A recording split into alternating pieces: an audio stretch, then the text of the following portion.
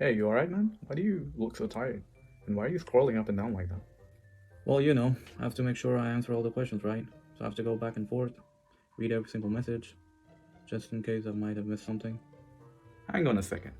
You have the AwesomeQA bot on your server, right? Yeah, so what? I still have to check, right?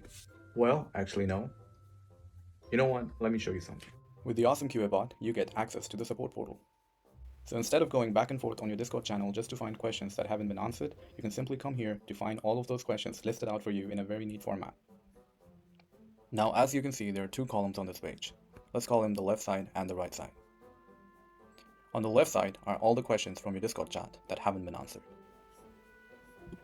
To answer any of these questions, simply click on Open and it will open the question in the Discord chat where you can directly reply to this question. Now you may notice that some of the questions here are not really important. You can resolve them. By clicking on the Resolve button, it will simply remove that question from this list.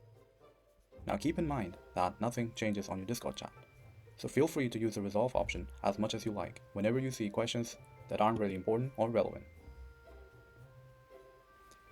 And if you click on any of these questions, on the right side, it will show you the chat that took place after this question.